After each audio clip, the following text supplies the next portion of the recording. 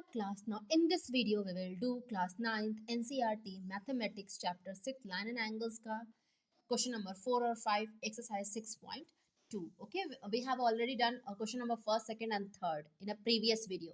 So this is the last, these are the last question of exercise 6.2. So it is a humble request you will go through each and every videos of line and angles which help you to clear your concept about line and angles, which help you in the class 9, 10th, 11th and your competition also. Okay, so let's read question number 4 and 5 and solve it. Let's do it. So in figure 6.26, so this one is a 6.26, AB is parallel to CD. AB CD के parallel है. APQ अगर 50 degree है, PRD ये वाला, ये exterior angle, ये भी exterior angle है, ये भी एक्सटीरियर एंगल है. एक्सटीरियर एंगल जो है वो 127 डिग्री है और ये भी एक्सटीरियर एंगल 50 डिग्री है. तो मुझे एक्स और वाई की वैल्यू निकालनी है. तो first of all you will see that कि ए और बी, ए बी और सी डी अगर पैरेलल हैं और पी क्यू ट्रांसवर्सल है, पी क्यू ट्रांसवर्सल है, अगर ए बी सी डी है और एक ये ट्रांसवर्सल है, तो ये एक्स और 50 डिग्री अल्टरनेट एंगल होंगे. एक्स और X is equal to 50 alternate interior angles. Okay, अगर है एक्स निकल आया, ये देखिए ध्यान से, इस ट्रायंगल के लिए, इस ट्रायंगल के लिए ये एक्सटीरियर एंगल, ये भी है लेकिन इसकी जरूरत नहीं है मुझे, ये एक्सटीरियर एंगल है. एक्सटीरियर एंगल है तो हमने पढ़ा है कि exterior angle is equal to sum of interior opposite angles, sum of interior opposite angles. So 127 is equal to x plus 5. अब वाई की वैल्यू निकाल लेते हैं. Okay, so let's do it. So now since AB parallel to CD and PQ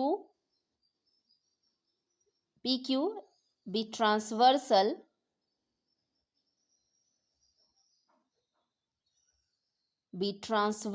अगर PQ transversal है, AB parallel है CD के और PQ ट्रांसवर्सल है, तो X is equal to 50 degree होगा alternate interior angles, alternate interior angles. So x की value मुझे मिल गई, x is equal to 50 degree. Okay, so in triangle PQR में exterior angle is equal to sum of exterior angle is equal to sum of two interior opposite angles.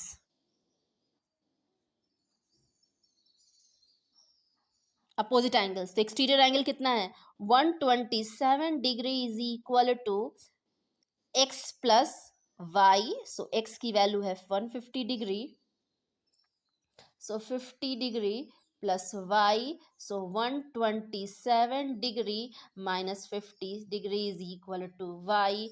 सो कितना आया, 7 में से 0 गया 7, ये हो गया 12 में से 5 गया 7, 77 डिग्री.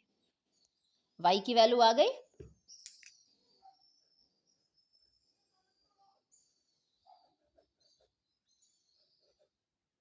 वाई की वैल्यू आ गई 77 और ओके. सो अगेन देख लीजिए, अगर हम मुझे दूसरा तरीका भी देख लीजिए जरा सा. ये 127 है तो ये 180 से जब माइनस करेंगे तो ये निकल आएगा आपका, उसके sum of interior opposite angles is equal to 180 degree होता है, हम निकाल सकते हैं. Okay okay, so exterior angle से भी निकाल सकते हैं और आपके पास ढेर सारे मेथड है जिससे आप इसको निकाल सकते हैं. ओके, कुछ और पूछना है आपको, आप ये भी देख लीजिए थोड़ा सा. ये भी देखिए, अगर ए बी सी डी के पैरेलल है और पी आर को, इसमें तो मैंने पी क्यू को माना, अगर पी आर को ट्रांसवर्सल मान लेंगे तो 50 plus Y is equal to 127 होगा अल्टरनेट एंगल. सो उससे भी आ जाएगा आपका, उससे भी आ जाएगा. Okay, so let's read question number 5. Okay, ये क्वेश्चन नंबर 5 2-3 बार आ भी चुका है, बहुत इंपॉर्टेंट भी है. Okay, in a given figure PQ and RS are two mirrors. PQ और RS दो मिरर हैं और एक दूसरे के पैरेलल है. And incident ray AB strike on PQ at B पे स्ट्राइक करते हैं, बी पे स्ट्राइक करते हैं, reflected move along the path B C, और बी सी की तरफ रिफ्लेक्ट होते हैं path B C, and strike the mirror R S, और आर एस पे स्ट्राइक करते हैं कहाँ पे, सी पे, अगेन रिफ्लेक्ट बैक, और रिफ्लेक्ट बैक हो जाते हैं डी तक। तो प्रूफ करिए कि ये जो ए बी है वो सी डी के क्या होगा, पैरेलल होगा। ये मुझे प्रूफ करना है।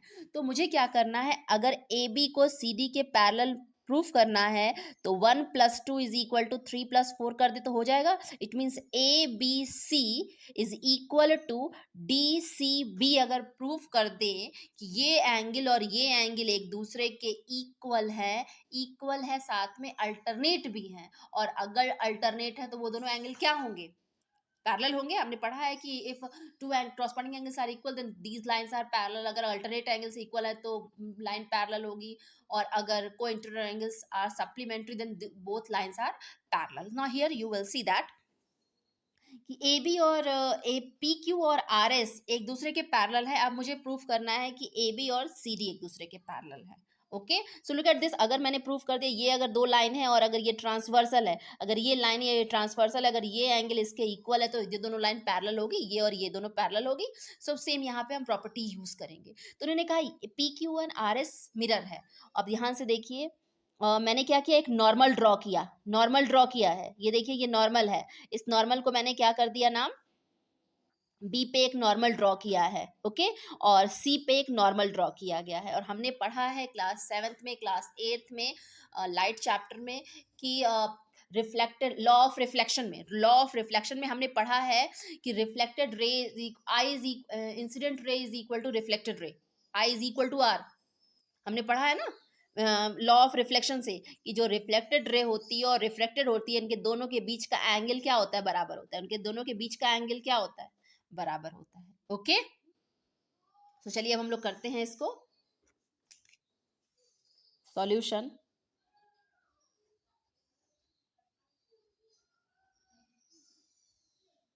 सॉल्यूशन करते हैं अब हम इसका।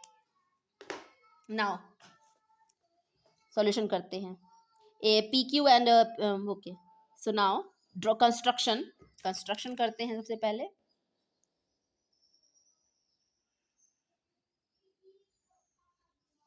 Construction, draw normal at B and at C. B और सी पे नॉर्मल ड्रॉ करेंगे। नॉर्मल ड्रॉ करने का मतलब है कि ये पूरा कितने का होगा, 90 का होगा ना। ये नॉर्मल ड्रॉ किया है हमने, नॉर्मल ड्रॉ किया है। नाउ एंगल, और नाम दे दिया एंगल 1 और 2। So angle 1 is equal to angle 2 and angle 3 is equal to angle 4, क्योंकि by law of reflection, by law of reflection,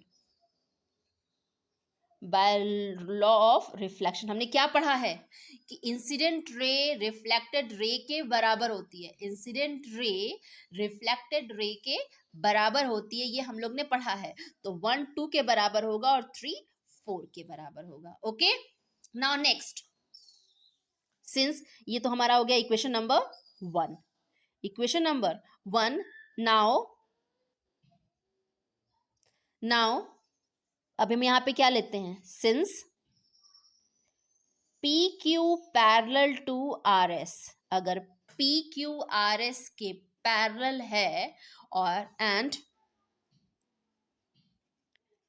B C transversal है, and B C B transversal, अगर P Q R S के parallel है और B C transversal है तो angle 2 is equal to angle 3 होगा।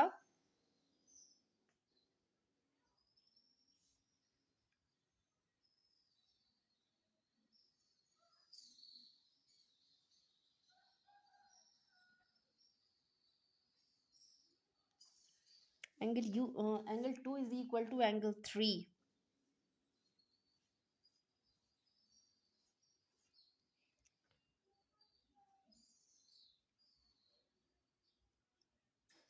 ध्यान ध्यान से देखते हैं जरा सा, अगर ये इसके हुआ है और ये ट्रांसवर्सल है तो ये पूरा एंगल इस पूरे एंगल के बराबर होगा ना।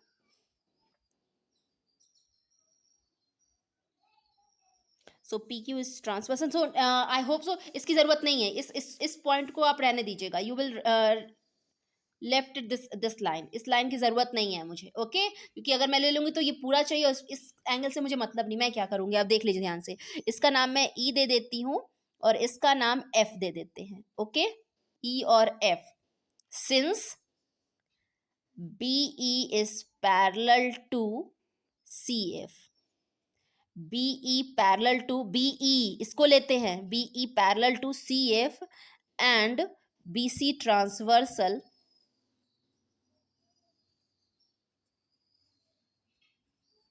BC ट्रांसवर्सल है, BE और CF एक दूसरे के पैरेलल है और BC ट्रांसवर्सल है। So angle 2 is equal to angle 3 alternate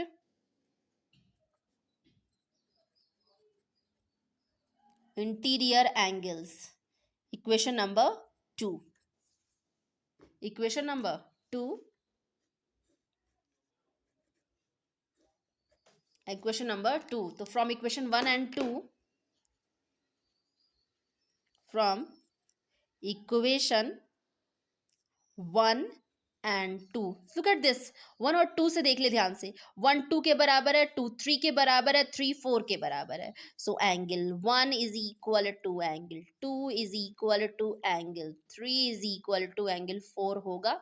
अब इसके बाद so angle 1 plus 2 is equal to angle 3 plus 4 होगा ना। एंगल 1 प्लस 2 और 3 4 प्लस 4, और एंगल 1 2 प्लस 2 को क्या लिख सकते हैं, एंगल ए बी सी, और 3 प्लस 4 को क्या लिख सकते हैं, एंगल डी सी बी। ये दोनों लिख सकते हैं, एंगल ए बी सी और angle D B C.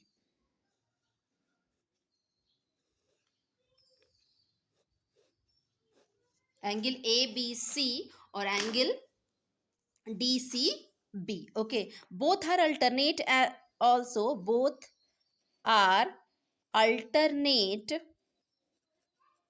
interior angles of line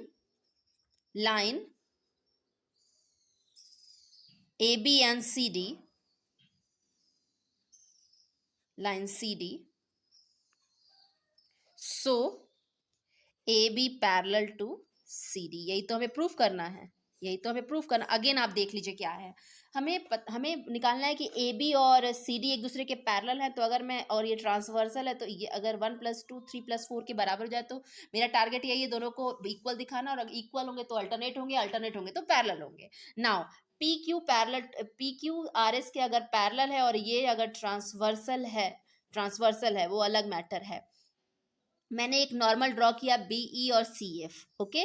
हमें पता है कि लॉ ऑफ रिफ्लेक्शन क्या कहता है कि incident ray is equal to reflected ray and normal incident ray और reflected ray on a same line. यही तो लॉ ऑफ रिफ्लेक्शन है, दो लॉ ऑफ रिफ्लेक्शन है। लॉ ऑफ रिफ्लेक्शन से इंसिडेंट रे 1 और रिफ्लेक्टेड रे 2 बराबर होगा, इंसिडेंट रे 3 और रिफ्लेक्टेड रे 4 बराबर होगा। तो ये दोनों बराबर हो गए हमारा। अब उसके बाद ध्यान से देखिए, ये लाइन इसके पैरेलल है क्योंकि ये भी प्लेन के साथ 90 डिग्री का एंगल बनाती है और ये भी प्लेन के साथ 90 डिग्री का एंगल बनाती है, okay. So they have a constant distance, this is a parallel. अगर पैरेलल है 2 3 के बराबर होगा अल्टरनेट एंगल से, अगर अल्टरनेट से तो 1 2 के बराबर है, 2 3 के बराबर है, 3 4 के बराबर, सारे इक्वल हो गए। अब दोनों को ऐड कर दीजिए, 1 प्लस 2 3 प्लस 4 के बराबर होगा। इसके बाद आप अगर बराबर होगा तो ये दोनों जो है, ये इस लाइन को और इस लाइन के अल्टरनेट है तो पैरेलल होंगे, okay. So will go through each and every step of these questions, it help you to understand, okay. So thank you, we will do next video, we will do in a next chapter number 7. Thank you.